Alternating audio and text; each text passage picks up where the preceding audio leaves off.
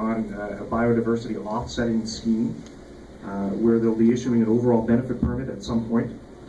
There's no opportunity for public comment on this, the same way that there would be through an environmental assessment process. And to me, this is a real big stigma associated with the regreening successes that our city has experienced.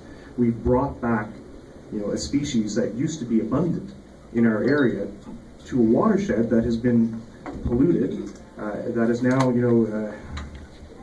not so much anymore. And here we are building a highway right through it.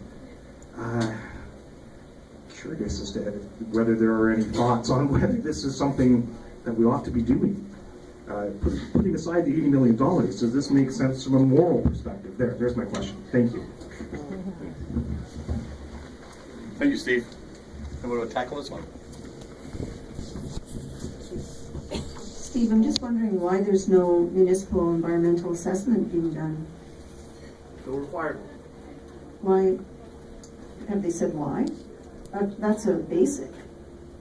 Yeah, well, they conducted environmental assessments, and the ones that they did do determined that there weren't any species at risk, whether because they weren't on the list at the time that the 2008 EA was conducted, or they just didn't find any. But they've done the EA, determined that there were no species, and they found the species later on. Okay. Well, and again, it's a wetland area, correct? Yeah. Yes. So, well, I guess so much for their strategic plans, because they basically talked about resiliency and if they're paving over their wetlands, they're going to end up having different problems with flooding, and they're losing,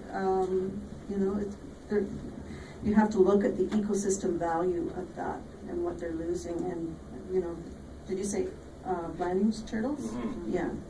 So they're going to do compensation for those. Is that what you're saying? Absolutely. That's what the biodiversity offsetting process does. They'll be creating artificial habitat for the turtles elsewhere. But you can't move a turtle that's evolved over years and years and years and years to adapt to one area. Pick them up and say, here, you're going to live in downtown Sudbury now. But it's become the norm now, is to... Why not? We're doing that with bears, aren't we? Well, we are. Yes, Yeah. successfully. That's really working out well, too. Yeah. Well, I don't know what we can do other than we all write letters to the mayor and council.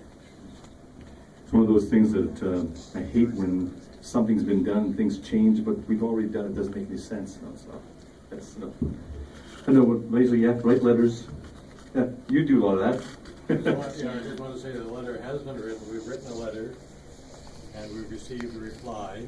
We're still working on the reply because it's a little ambiguous, but we'll be following it up. We haven't released it yet to the media.